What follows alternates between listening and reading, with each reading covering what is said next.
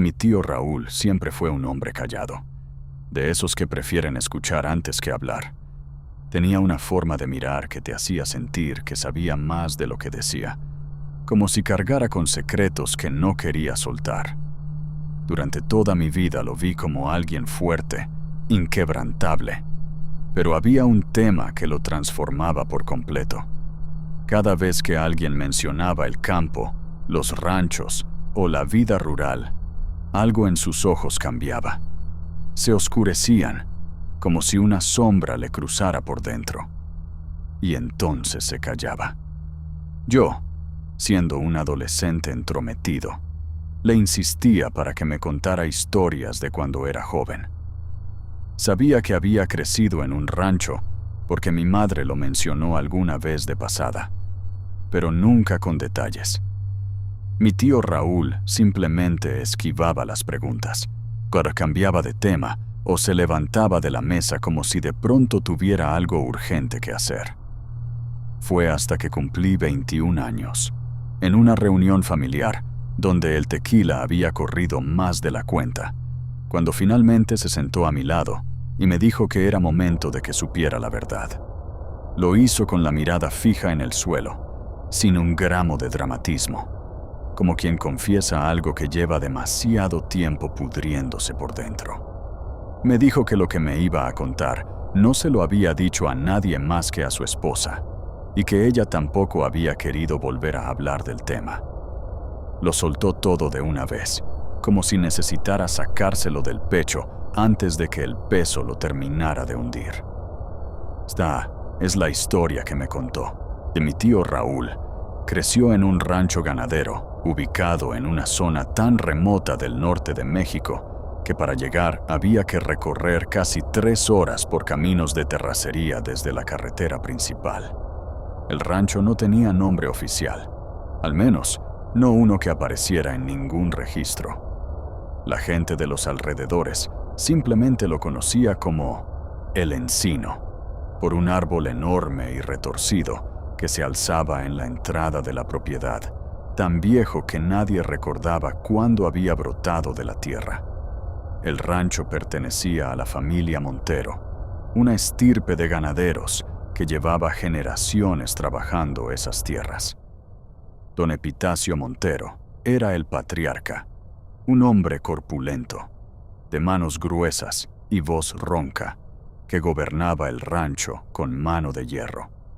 Nadie cuestionaba sus decisiones, nadie le llevaba la contraria, y quien lo hacía, simplemente dejaba de estar. Los padres de mi tío llegaron al rancho buscando trabajo cuando él tenía apenas 6 años. Mi abuelo había perdido su empleo en una fábrica de la ciudad y alguien le habló de que en El Encino siempre necesitaban peones. El trato era sencillo: trabajo a cambio de techo, comida y un sueldo modesto que se pagaba cada 3 meses. No era gran cosa, pero para una familia sin opciones, sonaba como una salvación.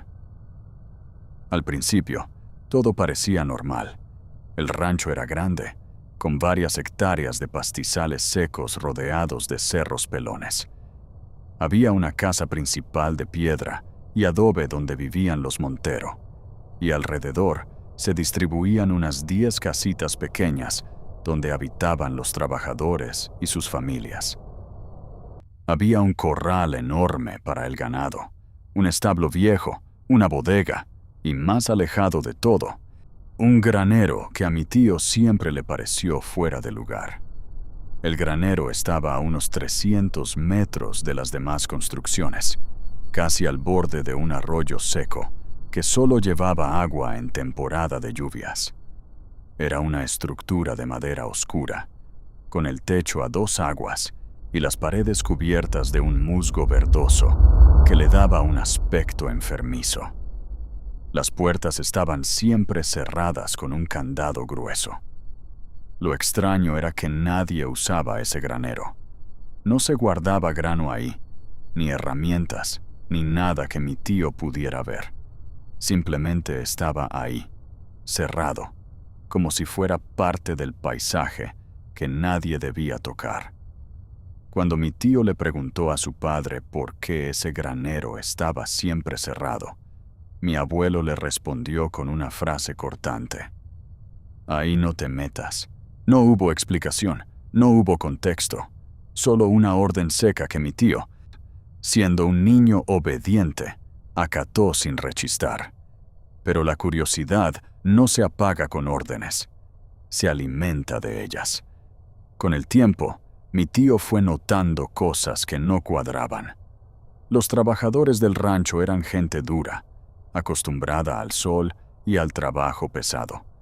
Pero había un miedo compartido que ninguno expresaba abiertamente. Nadie caminaba solo por el rancho después del anochecer. Si alguien tenía que ir al baño o al pozo de agua durante la noche, siempre iba acompañado. Las madres llamaban a sus hijos al interior de las casas apenas el sol comenzaba a ponerse, sin importar si aún había luz suficiente para seguir jugando. Y luego estaba doña Agustina, la esposa de don Epitacio. Era una mujer delgada, casi esquelética, con el cabello blanco recogido en un moño apretado y unos ojos que parecían no parpadear nunca. Que rara vez salía de la casa principal, pero cuando lo hacía, todos los trabajadores bajaban la mirada como si no quisieran cruzarse con la suya. Mi tío me dijo que la primera vez que la vio de cerca, sintió un escalofrío que le recorrió la columna de arriba a abajo. Había algo en ella que no era normal. No sabría explicar qué era, me dijo, pero su presencia se sentía pesada, como si el aire a su alrededor fuera más denso. Lo más perturbador era lo que ocurría ciertas noches. No todas, pero sí con una regularidad que mi tío aprendió a reconocer con el tiempo. Cada ciertos días, generalmente cuando no había luna o cuando el cielo estaba cubierto de nubes, se escuchaban sonidos provenientes del granero cerrado. No eran ruidos de animales ni crujidos de madera vieja. Eran rezos, cánticos en un idioma que mi tío no reconocía, entonados por varias voces a la vez, en un tono bajo y gutural que se arrastraba por el viento hasta las casitas de los trabajadores. La primera vez que mi tío los escuchó, tenía 8 años. Se despertó en la madrugada con la sensación de que alguien lo llamaba. No era una voz clara ni una palabra específica, sino más bien una vibración, algo que sentía en el pecho más que en los oídos. Se levantó de su petate y caminó hacia la ventana. Desde ahí podía ver el granero a lo lejos, y lo que vio lo dejó paralizado. Había luces dentro del granero. No eran luces eléctricas, porque en el rancho no había electricidad. Eran luces temblorosas, como de velas, que se filtraban por las rendijas de la madera en un tono anaranjado que a ratos parecía rojizo. Y frente al granero, de pie en la oscuridad, había figuras. 3, tal vez 4, envueltas en algo oscuro que no alcanzaba a distinguir. Estaban inmóviles, mirando hacia la puerta del granero, como si esperaran algo. Había luces dentro del granero. No eran luces eléctricas, porque en el rancho no había electricidad. Eran luces temblorosas, como de velas, que se filtraban por las rendijas de la madera en un tono anaranjado que a ratos parecía rojizo. Y frente al granero, de pie en la oscuridad, había figuras. 3, tal vez 4, envueltas en algo oscuro que no alcanzaba a distinguir.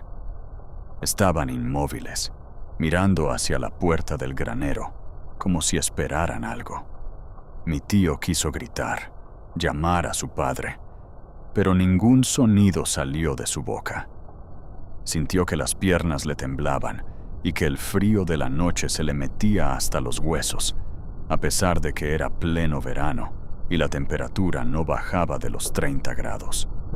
Se quedó ahí, pegado a la ventana, hasta que las figuras comenzaron a moverse. Entraron al granero una por una, y la puerta se cerró detrás de la última.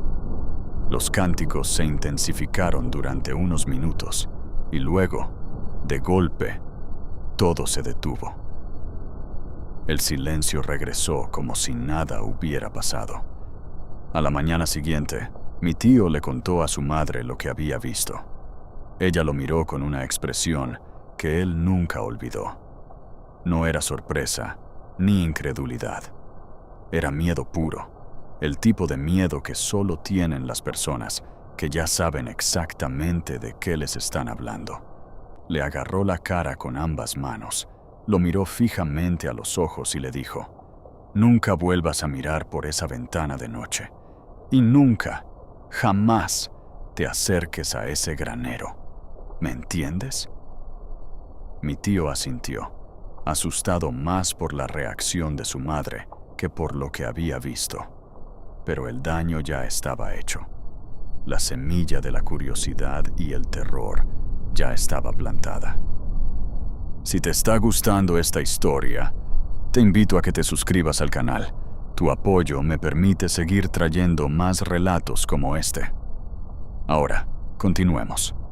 Pasaron los meses y la vida en el rancho seguía su curso aparentemente normal. Los hombres trabajaban con el ganado desde el amanecer, las mujeres se encargaban de las tareas del hogar y los niños jugaban entre los corrales y los pastizales. Pero debajo de esa rutina había una tensión constante que nadie nombraba. Era como vivir sobre una capa de hielo delgada, sabiendo que en cualquier momento podía quebrarse. Mi tío tenía un amigo en el rancho, un chico de su edad llamado Beto, hijo de otro trabajador. Beto era más atrevido, más desobediente, el tipo de niño que siempre quería saber qué había detrás de cada puerta cerrada. Los dos jugaban juntos todos los días, cazando lagartijas, construyendo fuertes con piedras y ramas, y compitiendo para ver quién podía trepar más alto en el viejo encino de la entrada. Fue Beto quien un día le propuso a mi tío lo impensable: acercarse al granero durante el día, cuando supuestamente no había nadie adentro, y tratar de ver qué había dentro. Mi tío se negó de inmediato, recordando la advertencia de su madre, pero Beto insistió. Le dijo que era un cobarde, que no había nada de qué tener miedo, que seguramente era solo un granero viejo donde guardaban cosas viejas que los patrones ya no usaban. Al final, la presión pudo más que el miedo. Una tarde, cuando el sol todavía estaba alto y la mayoría de los adultos estaban ocupados en los corrales, los dos niños caminaron hacia el granero.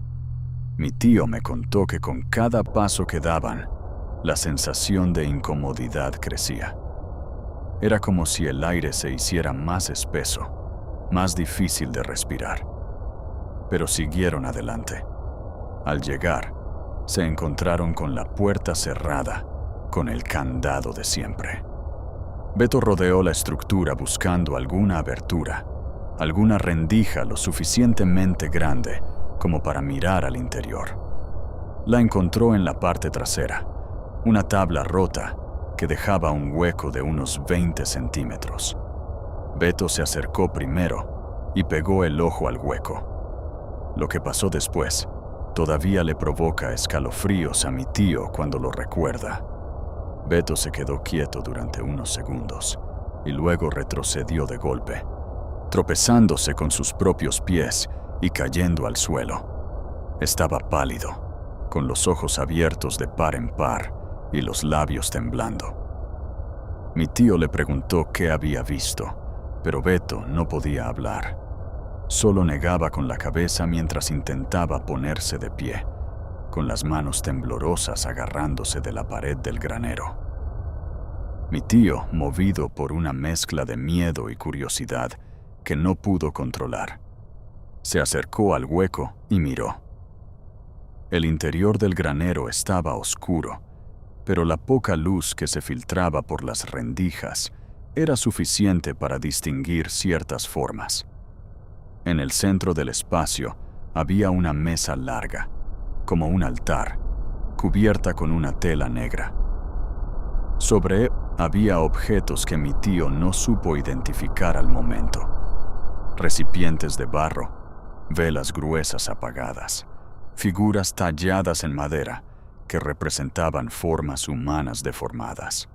Pero lo que hizo que su sangre se helara fue lo que había en el suelo alrededor del altar. Eran huesos. Docenas de huesos dispuestos en un patrón circular, algunos pequeños, otros más grandes, mezclados con plumas negras y manchas oscuras que podían ser de sangre seca. El olor que salía del interior era insoportable, una mezcla de carne podrida, tierra húmeda y algo más que mi tío describió como dulce de una manera enferma. Se apartó del hueco y vomitó en el suelo. Beto ya estaba corriendo de vuelta hacia las casas, y mi tío fue detrás de él sin mirar atrás. Corrieron hasta que les ardieron los pulmones y las piernas les temblaron. No hablaron de lo que habían visto. No ese día, ni los siguientes. Era como si un pacto silencioso se hubiera formado entre ellos, un acuerdo tácito de que algunas cosas era mejor no nombrar. Pero el rancho no iba a dejarlos olvidar tan fácilmente. 2 semanas después del incidente del granero, Beto desapareció. Su madre lo buscó por todo el rancho, gritando su nombre hasta quedarse sin voz. Los trabajadores revisaron cada rincón, cada arroyo, cada cueva en los cerros cercanos. Don Epitacio organizó una búsqueda que duró 3 días, pero Beto no apareció. Lo único que encontraron fue una de sus sandalias, tirada en el camino de tierra que llevaba hacia el granero. Los padres de Beto estaban destrozados. Su madre lloraba día y noche, y su padre se volvió un hombre ausente, como si una parte de él se hubiera ido junto con su hijo. Don Epitacio les dijo que probablemente el niño se había alejado demasiado, que tal vez un animal lo había atacado o que se había perdido en el monte. Les ofreció sus condolencias con una frialdad que a mi tío le revolvió el estómago. Doña Agustina ni siquiera se presentó. No dijo una sola palabra sobre el niño desaparecido. Mi tío sabía que algo estaba terriblemente mal. En el fondo, tenía la certeza de que la desaparición de Beto estaba relacionada con lo que habían visto en el granero. Pero era un niño de 8 años. No tenía pruebas. No tenía voz. Solo tenía miedo. Lo que siguió fueron los peores meses de su infancia. Las noches de cánticos se volvieron más frecuentes. Ya no eran cada ciertos días, sino casi cada semana. Mi tío se tapaba la cabeza con la cobija e intentaba no escuchar, pero los sonidos se colaban por las paredes como si la madera no pudiera contenerlos. A veces, entre los cánticos, creía escuchar gritos cortos, agudos, que se cortaban de repente como si alguien les tapara la boca. Una noche, a pesar de la advertencia de su madre, mi tío volvió a mirar por la ventana. Lo que vio fue peor que la primera vez. Frente al granero, las figuras estaban de nuevo. Pero esta vez no eran 3 o 4. Eran más, tal vez 8 o 10, formando un semicírculo frente a la puerta abierta. De su interior salía una luz roja intensa, pulsante, como si algo dentro del granero estuviera latiendo. Y en el centro del semicírculo, de pie, estaba doña Agustina. Mi tío la reconoció por su figura delgada y su moño blanco, que brillaba bajo aquella luz antinatural. Tenía los brazos extendidos hacia arriba y su boca se movía en una letanía que mi tío no podía escuchar desde esa distancia, pero que sentía vibrar en sus huesos.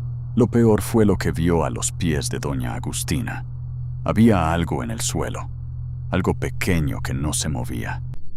Mi tío se apartó de la ventana y cayó al suelo, con las lágrimas corriendo por su cara y las manos apretadas contra su boca para no gritar.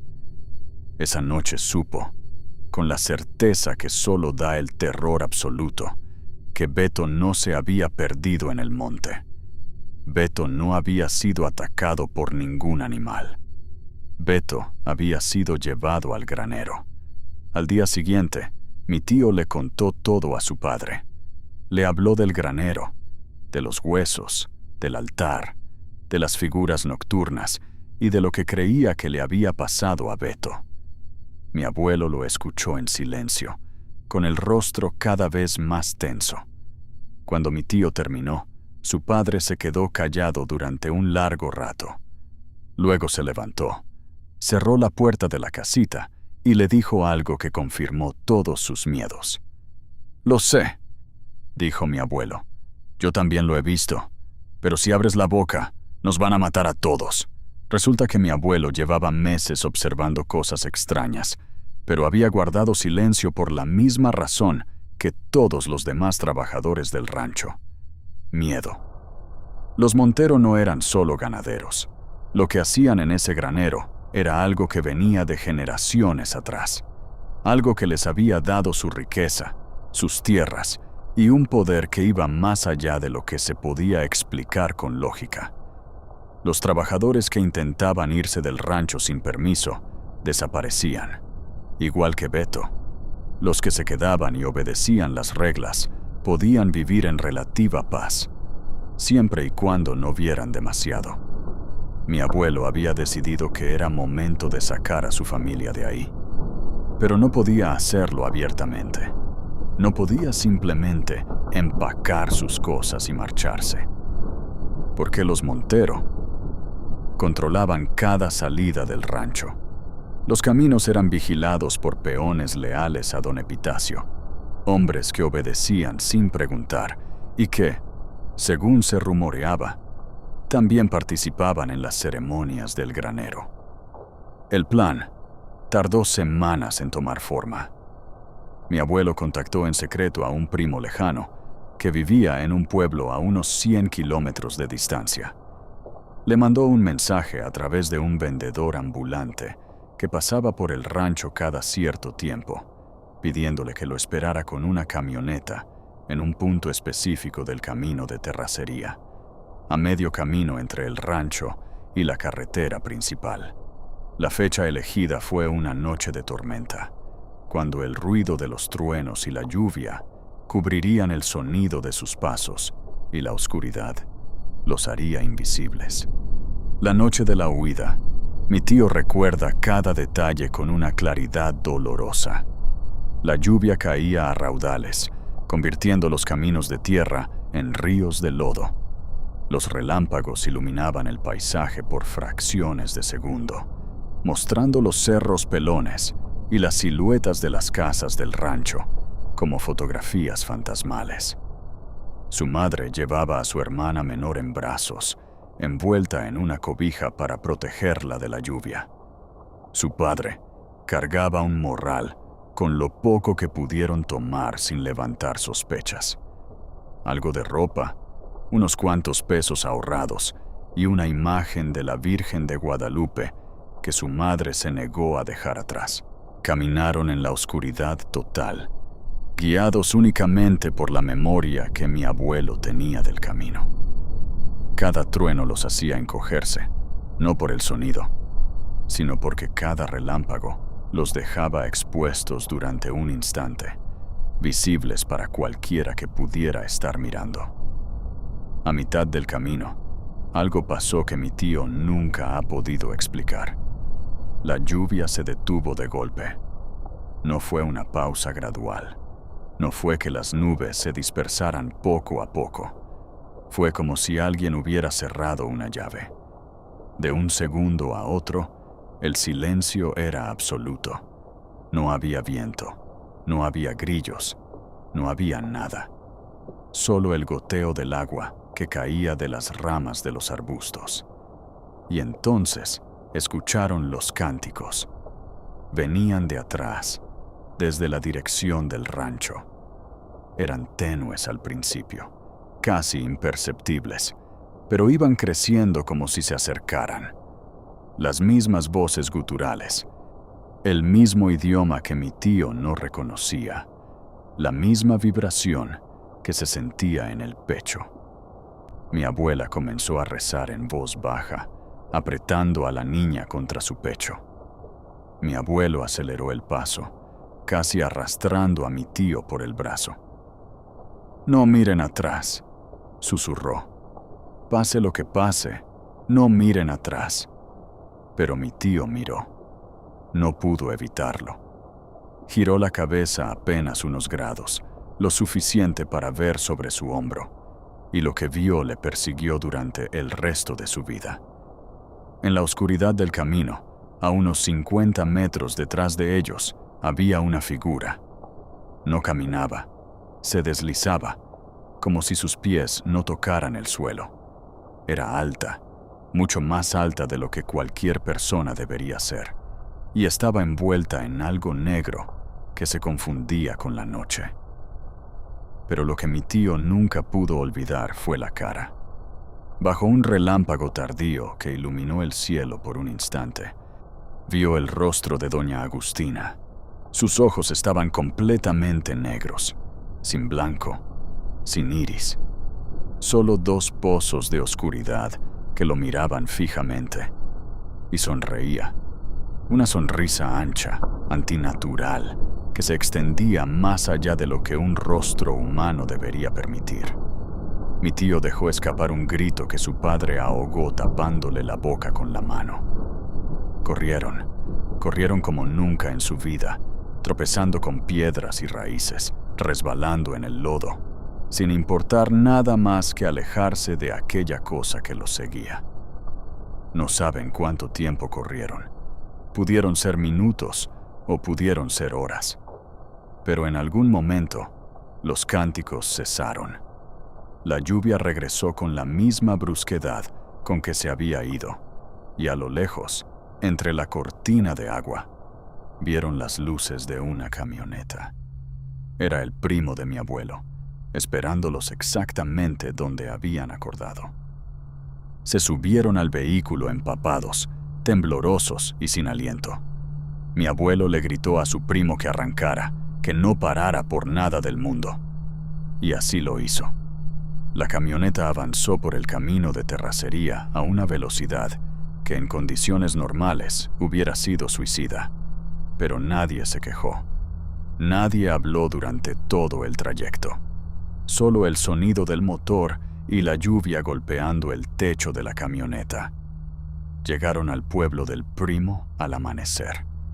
Estaban a salvo, o eso quisieron creer.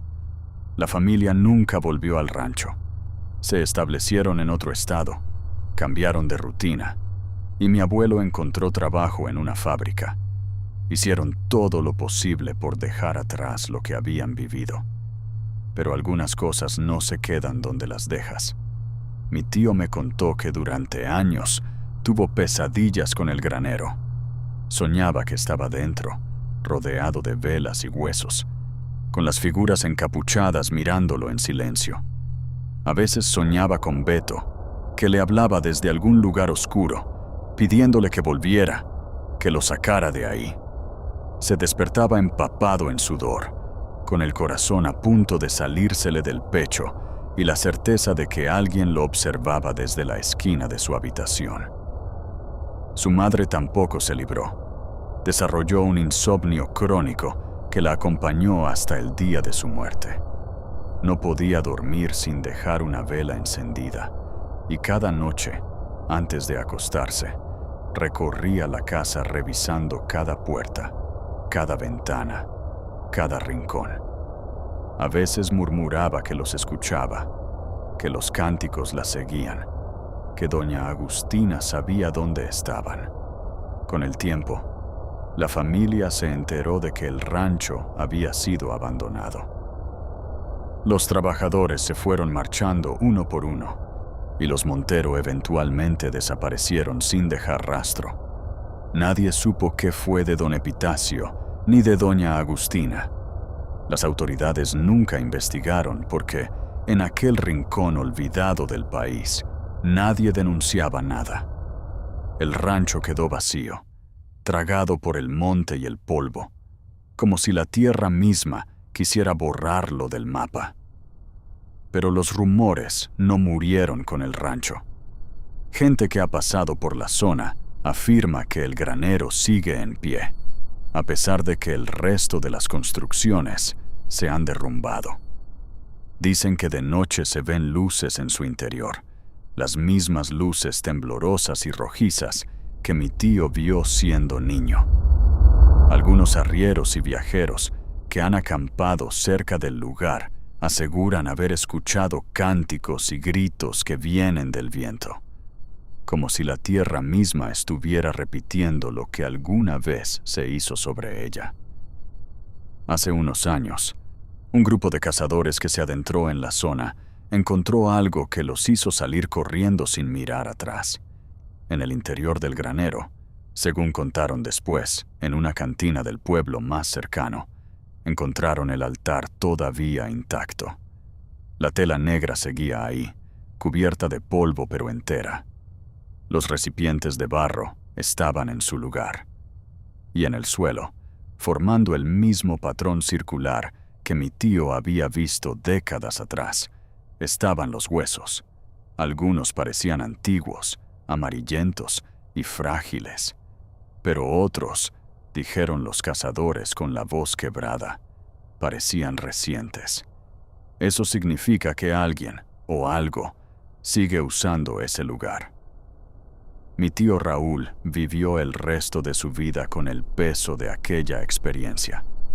Nunca volvió a vivir en el campo, nunca quiso acercarse a un rancho, y cada vez que veía un granero, sentía que el estómago se le revolvía. Murió hace 3 años, y en sus últimos días me confesó algo que me dejó helado. Me dijo que durante toda su vida, cada cierto tiempo, soñaba con doña Agustina. Siempre el mismo sueño.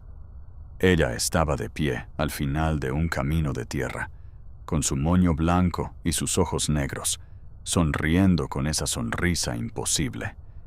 Y le decía una sola frase, siempre la misma, en un idioma que él no entendía, pero que de alguna forma comprendía perfectamente.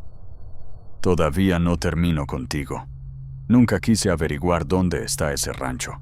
No quiero saber si el granero sigue en pie o si alguien ha tenido el valor de entrar de nuevo.